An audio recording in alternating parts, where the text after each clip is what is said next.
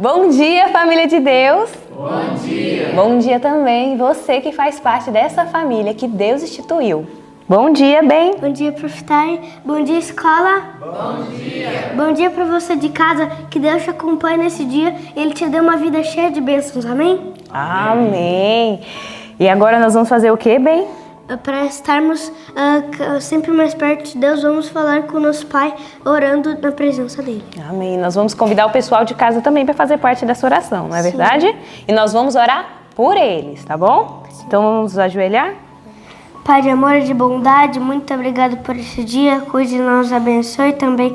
Obrigado pela vida que temos e que cada dia seja mais uma oportunidade para nós renovarmos a nossa fé e estejamos sempre mais perto de Ti. Também cuide de cada um que está aqui, também o pessoal lá de casa, que eles venham sempre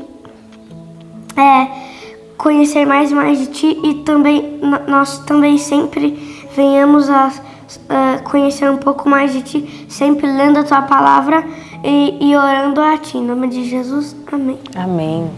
Amém. E agora nós vamos fazer uma coisa especial também, o que o Senhor ama nos ouvir. E o que é isso? Vamos louvar a Ele com o hino de número 128. Se tu buscares a Jesus. Tu buscares a Jesus, encontrarás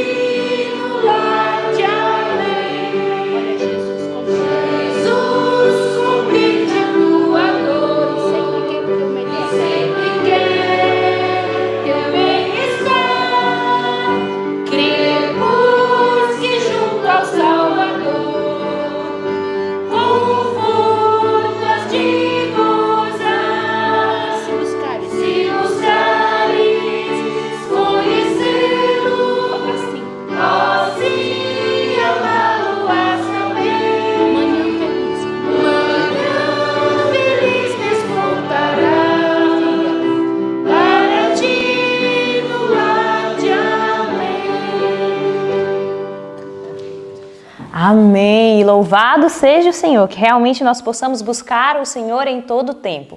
Nos momentos felizes, mas nos tristes também, porque o Senhor está presente em todo o tempo. E agora nós vamos recitar-nos o nosso verso, que continua lá em Lucas 4, o 10 e o 11. Vamos lá? No 3. 1, 2, 3. Lucas 4, 10 e 11. Porque está escrito: mandará os seus anjos acerca de ti, que te guardem e que te sustenham nas mãos, para que nunca tropeces com o teu pé em alguma pedra. Lucas 4, 10 e 11. Lucas 4, 10 e 11. Porque está escrito: mandará os seus anjos acerca de ti, que te guardem e que te sustenham nas mãos, para que nunca tropeces com o teu pé em alguma pedra. Lucas 4, 10 e 11. Lucas 4, 10 e 11. Porque está escrito: mandará os seus anjos acerca de ti, que te guardem e que te sustenham nas mãos, para que nunca tropeces com teu pé em alguma pedra. Lucas 4, 10 e 11. Amém. E agora você fique com o estudo da palavra, que realmente o Senhor possa te iluminar neste dia com o que Ele tem a falar com você através do estudo. Amém. Louvado seja Deus por isso, que Ele te proteja nesse dia e um bom estudo. Bom dia e até amanhã. Bom dia a todos. Bom dia. Que bom que nós estamos estudando sobre momentos tão solenes, tão importantes para a nossa história. E eu tenho certeza que é impossível ler relatos como esse e não ser profundamente tocado por aquilo que Cristo fez nas nossas vidas. E para o estudo de hoje, nós lemos na realidade Jó, capítulo 4 até o 5. Também lemos os Salmos 22 e João 19, do 1 ao 27. E também, no Desejado de Todas as Nações, o capítulo 78, Calvário. Eu fiquei pensando que tremendo e que discernimento tiveram as pessoas que realizaram esse guia, ao colocar em paralelo a história de Jó e a história de Cristo.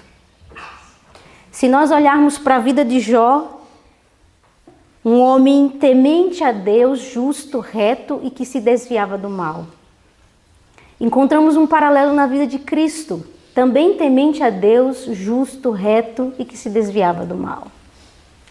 E quando nós analisamos, ambos sofreram coisas terríveis e ambos permaneceram fiéis em meio ao sofrimento. Deus me deu, Deus tomou, bendito seja o nome do Senhor. Jó, um imperfeito símbolo daquele que pode ser fiel em meio ao sofrimento. Cristo, um perfeito símbolo daquele que pode ser fiel no sofrimento. Que paralelo! Mas também que contraste a gente encontra na vida de Jó para com a vida de Jesus. Porque na vida de Jesus, nenhuma queixa, nenhuma murmuração pelo que fizeram com ele. Nada. Jó, queixas. Amaldiçoou o seu próprio nascimento. Mas em Cristo, nenhuma murmuração de seus lábios. Um perfeito sacrifício, o imaculado Filho de Deus. E a história de Jesus realmente impressiona muito a nossa mente e o nosso coração. Quando Jesus, há uma semana antes, entra na cidade de Jerusalém montado sobre um jumentinho. E na frente de Jesus, uma multidão que havia sido curado por ele. Lázaro puxando o jumentinho. Todos estavam visualizando um rei que entrava. Mas na cabeça de Jesus havia apenas um pensamento: estou entrando como um cordeiro para o sacrifício. Estou me apresentando como o Cordeiro de Deus que foi morto, estabelecido antes da fundação do mundo. E ele estava dizendo: estou me apresentando para ser analisado se realmente sou digno de ser morto, de ser o sacrifício pela humanidade. E agora Jesus está frente a Pilatos. E Pilatos está analisando aquele criminoso. Que interessante, o julgamento de um inocente. E aí Pilatos analisa. E aí o capítulo 18, verso 38 de João, diz que ele fala o seguinte para os judeus: eu não acho nele crime algum. E no capítulo 19, verso 4, ele torna a dizer: eu não acho nele crime algum. E no verso 6, ele acha: crucificai vocês, porque eu não acho nele crime algum. Pilatos declarava: ei, eu estou declarando que esse cordeiro é perfeito para o sacrifício. Pode executar. Ele é perfeito. Nele não há nenhum defeito. Nele não há crime algum. Esse cordeiro está apto para ser sacrificado pela humanidade. Que tremendo isso. Que profundidade. E agora Cristo é entregue a uma turba completamente endemoniada para ser crucificado. E se nós pensarmos qual era a condição física mesmo de Jesus naquele momento? Na quinta noite, não havia comido nada. Passaram uma angústia terrível no Getsemane a ponto de suar sangue. Fora traído, abandonado por todos os seus discípulos, negado por Pedro, fora levado a Pilatos, depois a Herodes, depois a Pilatos de novo, e em meio a tudo isso sendo judiado, ridicularizado, apanhou, sofreu e foi açoitado por 2 vezes. A sua natureza humana já estava tão enfraquecida a ponto de não conseguir carregar aquela cruz. Cruz preparada para quem? Barrabás. Não eram as medidas de Cristo que estavam naquela cruz. Era de Barrabás. Mas é colocada sobre os ombros de Cristo aquela cruz pesada. Aqueles ombros que estavam sangrando, feridos. E a sua humanidade, a sua natureza humana não tem força para carregar o peso daquela cruz. E ele desmaia por 2 vezes. E aí os soldados percebem que Jesus não pode carregar aquela cruz. E eles se perguntam, quem vai carregar essa humilhante carga? Quem irá carregar essa humilhante carga? Os judeus não podiam, porque senão eles iriam se contaminar. Afinal, a Páscoa estava para acontecer, eles precisavam participar da cerimônia. Imagina que eles iriam se contaminar. Ninguém queria se rebaixar. Essa é a palavra usada no estudo de hoje. Ninguém queria se rebaixar ao carregar a cruz, mas um Deus se rebaixou. Um Deus se rebaixou a carregar a cruz. Mas em meio à multidão se é encontrado Simão. Opa, Simão estava vindo do campo. E ao ver aquela cena ele ficou assustado e perceberam no rosto de Simão o quê? Ele está se compadecendo. Ei, você, venha cá. Puxou Simão e falou, você vai carregar a cruz deste homem. O texto do Desejado de Todas as Nações, no parágrafo que começa, Simão ouvira falar de Jesus, diz que seus filhos criam no Salvador, mas ele próprio não era discípulo. O conduzir à cruz do Salvador foi-lhe uma bênção. E posteriormente mostrou-se sempre grato por essa providência. Que palavra interessante usada aqui, né? Providência. Isso o levou a tomar sobre si a cruz de Cristo por sua própria escolha. Naquele dia, ele foi puxado e forçado a levar. Mas depois daquele dia, ele mesmo assumiu por sua própria escolha a vontade de levar a cruz de Cristo, suportando-lhe sempre animosamente o peso. O primeiro salvo da cruz de Cristo, o primeiro a ser salvo pela cruz do Salvador. Simão, antes só ouvira falar, agora carregava a cruz de Jesus. E em meio ao caminho, Jesus está sofrendo, as pessoas estão ridicularizando e de repente se vê um grupo de mulheres. E elas de forma humanas ficam tocadas por aquela cena e começam a chorar por piedade humana daquele ser. E eu acho interessante porque o texto diz que a única coisa que atraiu a atenção de Jesus em meio àquela multidão foram aquelas mulheres chorando. Ele foi atraído por aquilo, mas para o que mesmo? O texto diz que a simpatia que havia no coração daquelas mulheres provocou no coração de Jesus uma simpatia mais profunda, porque o seu olhar se alongou para o futuro e ele viu a destruição de Jerusalém. Ele viu a destruição daqueles que o haviam rejeitado. Ele viu a destruição daquelas mulheres e os filhos de suas mulheres, dessas mulheres.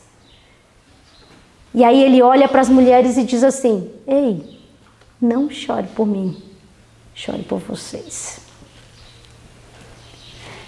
Uma coisa me impressionou muito no estudo de hoje. Vários momentos você vê Jesus esquecendo a dor própria e aliviando a dor alheia. Várias vezes você vai ver Jesus fazendo isso até o estar consumado. Esquecendo-se de si, da sua própria dor e aliviando a dor do outro. Como é que pode isso?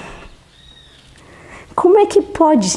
E agora, quando Jesus vislumbra o futuro de Israel, a destruição de Jerusalém, se Deus não poupou o seu próprio filho, pouparia os transgressores que haviam gritado que o sangue dele caia sobre nós e nossos filhos? Pouparia Deus se não poupou o seu próprio filho? E no meio daquela multidão, haviam aqueles que haviam gritado: Hosana ao filho de Davi, Hosana ao filho de Davi. Mas agora gritavam: crucifica-o, crucifica-o. Na entrada a Jerusalém, os discípulos estavam lá se acotovelando porque queriam estar o mais próximo de Jesus. Porque o mais próximo simbolizava o maior no reino de Deus. Estavam brigando para estar próximo. Mas agora onde é que estavam mesmo os discípulos? Onde é que estava a ambição em ser o maior no reino de Deus? Quem agora queria participar desse reino? Ninguém mais. Jesus estava sozinho para pisar o lagar. Sozinho. E a multidão crucifica-o, crucifica-o. Agora chegou o momento da execução, chegamos ao lugar da execução.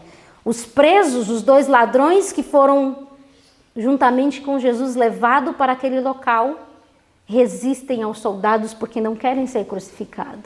Mas em Jesus não há nenhuma resistência, porque ele havia se entregado, antes mesmo de ser preso. Ele havia se doado, ele havia se dado. E a mãe de Jesus está vendo aquela cena e ela fica aflita por não poder nem ao menos enxugar do rosto aquele sangue que escorria. Que aflição! Mas ela não pôde suportar ao ver o prego entrando em Jesus. Ela não pôde suportar essa cena, ela desmaiou. E João a leva daquela cena desmaiada. E o Filho de Deus sendo crucificado naquela cruz. Mas o incrível é, o pensamento de Jesus passou da dor própria. E agora ele vai falar. E ele fala: Pai, perdoa-os, porque não sabem o que fazem. Cristo se apiedou deles em sua ignorância e culpa. E eu fiquei pensando, como pode? Como pode se apiedar daquele que te fez tanto mal? Daquele que te bateu, que provocou a sua morte? Como pode se apiedar? Só Deus para ter um espírito assim. E o mais interessante da frase de Jesus, Pai, perdoa-os porque não sabem o que fazem. Aquela oração de Cristo por seus inimigos abrangia o mundo inteiro. Envolvia todo pecador que já vivera ou viria ainda a viver, desde o começo do mundo até o fim dos séculos. Pesa sobre todos a culpa de crucificar o Filho de Deus.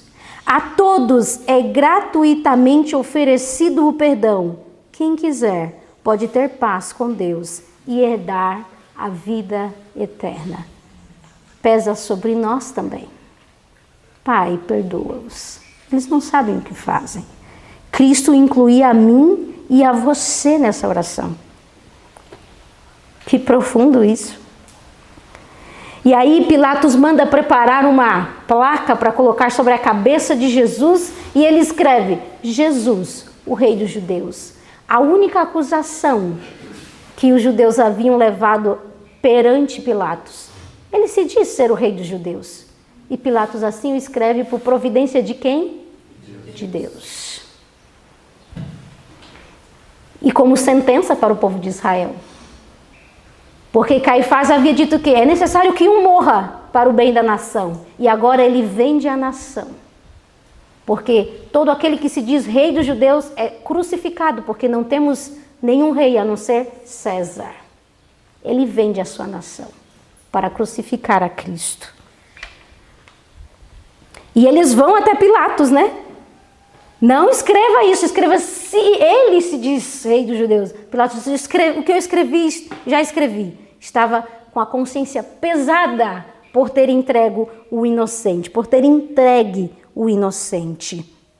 E lá no Salmos 22, que foi um dos textos da nossa leitura de hoje, no Salmo 22,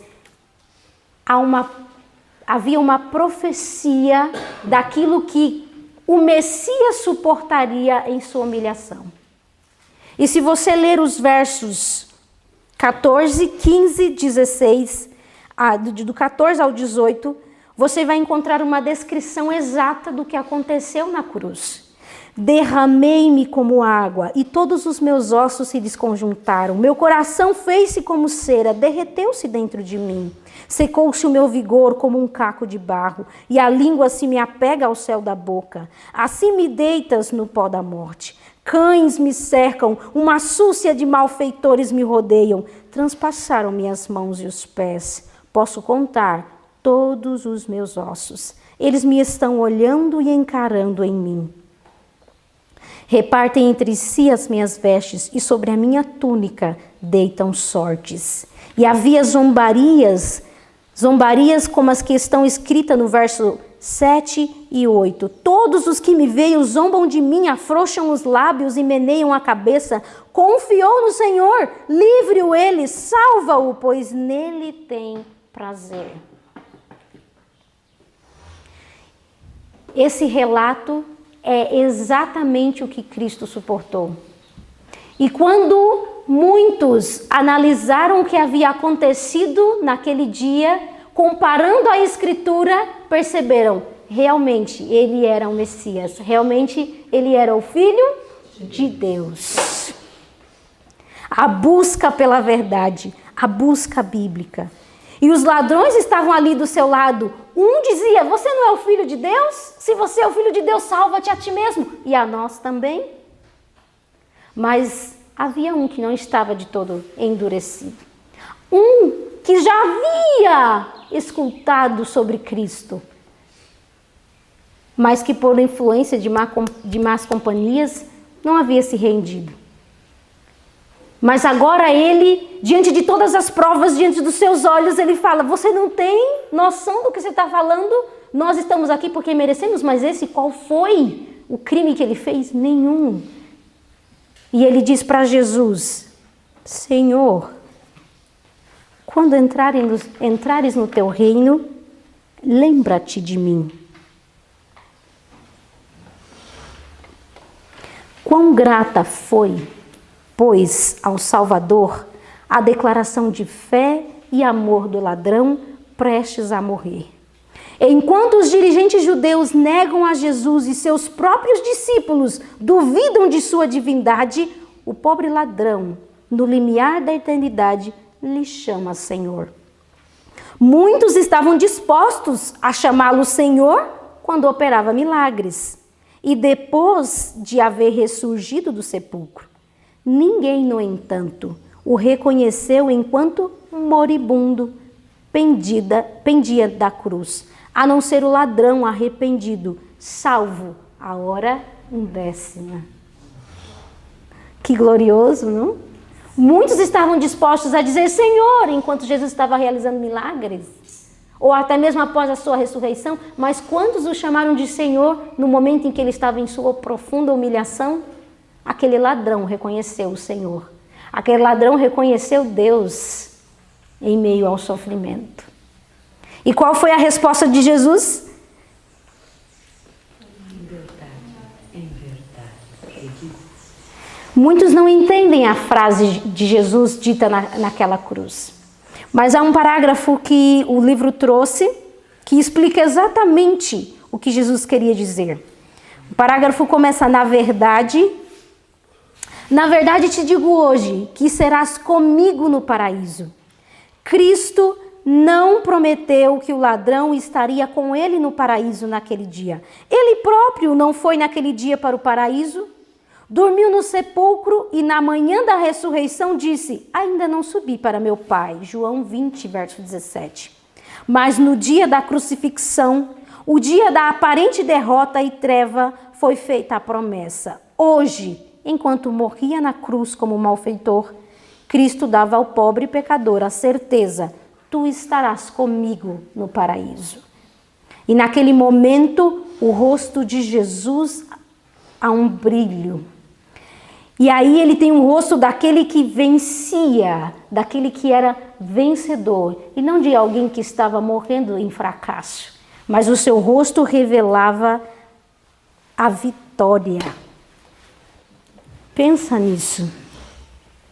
Havia trevas em todo o Calvário. Havia trevas, densas trevas, a ponto de que diz que muitos que tentavam voltar para a cidade saíam o quê? Apalpando. Imagina isso. Havia trevas, uma escuridão muito grande. Mas agora nós nos deparamos a um dos momentos mais tristes do Calvário. Quando Cristo está ali em seu profundo sofrimento, em sua angústia, que ninguém poderá compreender isso, ele procura na multidão uma pessoa. E quando ele procura, ele encontra Maria,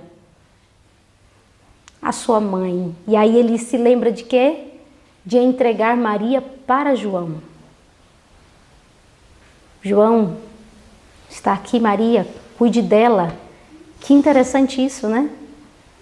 Passou de seu sofrimento para lembrar de sua mãe que estava ali aflita, angustiada.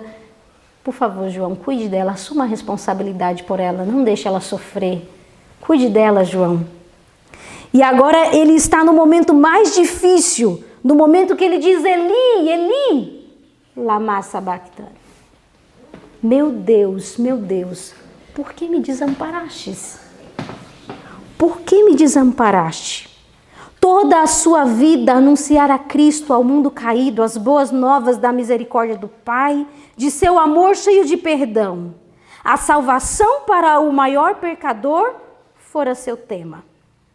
Mas agora, com o terrível peso de culpas que carrega, não pode ver a face reconciliadora do Pai. O afastamento do semblante divino do Salvador, nessa hora de suprema angústia, penetrou-lhe o coração com uma dor que nunca poderá ser bem compreendida pelo homem. Tão grande era essa agonia que ele mal sentia a dor física. Satanás torturava-o com cruéis tentações o coração de Jesus. O Salvador não podia enxergar para além dos portais do sepulcro. A esperança não lhe apresentava sua saída da sepultura como vencedor. Nem lhe falava da aceitação do sacrifício por parte do Pai. Temia que o pecado fosse tão ofensivo a Deus que sua separação houvesse de ser eterna. Cristo sentiu a angústia que há de experimentar o pecador quando não mais a misericórdia intercede pela raça culpada. Foi o sentimento do pecado, trazendo a ira sobre ele, trazendo a ira divina sobre ele, como substituto do homem que tão amargo tomou o cálice que sorveu e quebrantou o coração de Jesus. Não era a dor dos cravos, não eram as chicotadas, não foram os tapas no rosto. Era a dor da separação que o pecado traz entre a humanidade e Deus. Era isso que Cristo experimentava na cruz. Era a separação do Pai. E que angústia era o coração daquele que nunca, nem por um segundo, havia se separado de seu Pai. E agora experimentava isso no momento mais difícil da sua vida. Não via o rosto reconciliador do Pai. Mas o texto nos traz uma informação tão linda. Diz que naquela densa treva ocultava-se a presença de Deus. Ele faz da treva o seu pavilhão e esconde sua glória dos olhos humanos. Deus e seus santos anjos estavam aonde? Ao pé da cruz, olhando o sacrifício do Filho de Deus. O Pai estava com o Filho. Sua presença, no entanto, não foi revelada. Houvesse sua glória irrompido da nuvem e todo espectador humano teria sido morto. E naquela tremenda hora, não devia Cristo ser confortado com a presença do Pai. Pisou sozinho o lagar e dos povos nenhum havia com ele. Duras horas, longas horas do sacrifício de Cristo. Quando Pilatos disse, tomai-o, crucificai-o a vós. Eram 9 horas da manhã, o horário do primeiro sacrifício. E agora Jesus estava na cruz e havia um silêncio sepulcral. Se aproximava da hora 9, 3 horas da tarde.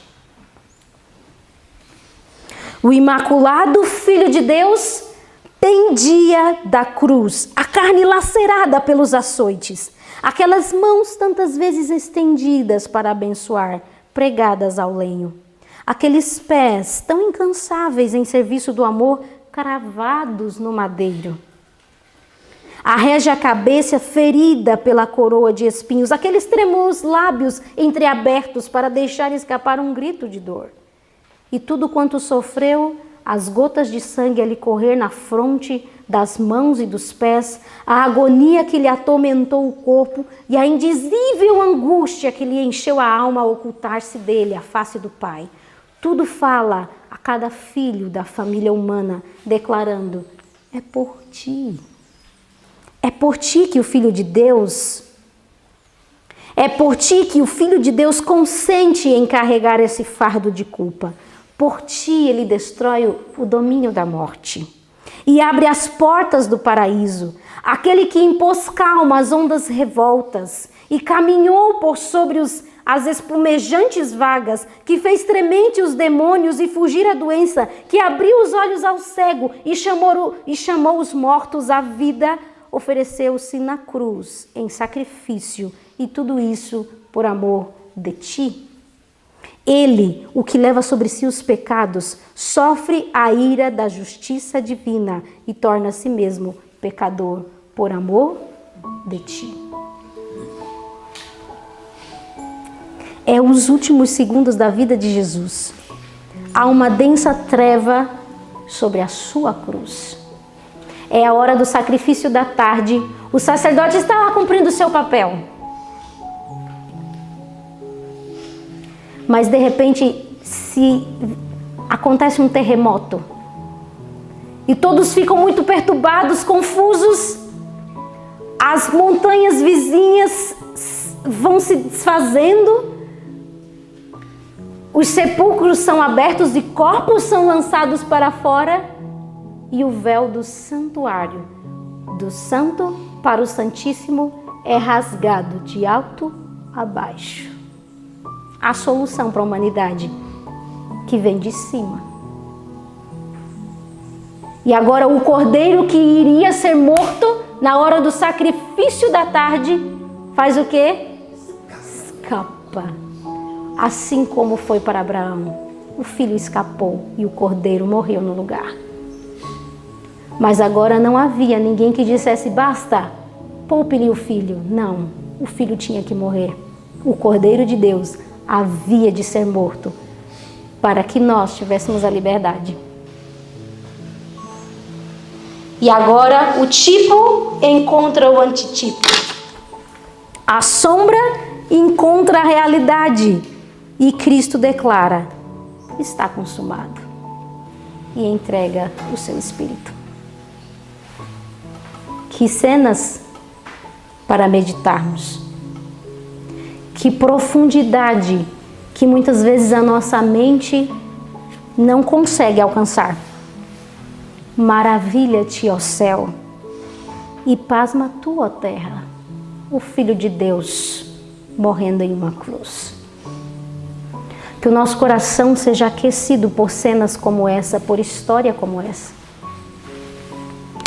Quando olhamos para a cruz, entendemos o maravilhoso amor de Deus e percebemos o valor que Ele deu para cada um de nós. Que valor é esse? A ponto de entregar o seu Filho, o único Filho, o imaculado Filho de Deus, morrendo em uma cruz por causa de quem mesmo? De mim e de você. Que isso enche o nosso coração no dia de hoje. E para encerrarmos então este momento de meditação, eu gostaria de chamar a Rebeca para nós orarmos. Rebequinha, nosso Deus e nosso Pai, nós queremos agradecer porque o Senhor registrou de maneira fiel as últimas cenas de Jesus para que o nosso coração fosse cheio de situações como essa. Obrigada porque o Teu Espírito Santo nos fez meditar nestes momentos tão solenes e que enche o nosso coração ao compreendermos quão profundo é o Teu amor por cada um de nós. Senhor, que no dia de hoje a nossa mente não se esqueça do grande sacrifício de Cristo por nós. Que a nossa mente medite em tudo que o céu fez para se envolver com a nossa história e para resolver, Senhor Deus, a nossa situação. Como nós estaríamos, Senhor Deus, se não fosse pelo sacrifício de Teu Filho? Obrigada, Pai, porque o Senhor é misericordioso e o Senhor tem nos dado a oportunidade de vivermos à luz desse sacrifício. Obrigada, Senhor, porque o Senhor deu solução para a história da nossa vida. Nos colocamos em Tuas mãos, implorando o trabalho do Teu Espírito Santo em nosso ser. Isso em nome de Jesus. Amém.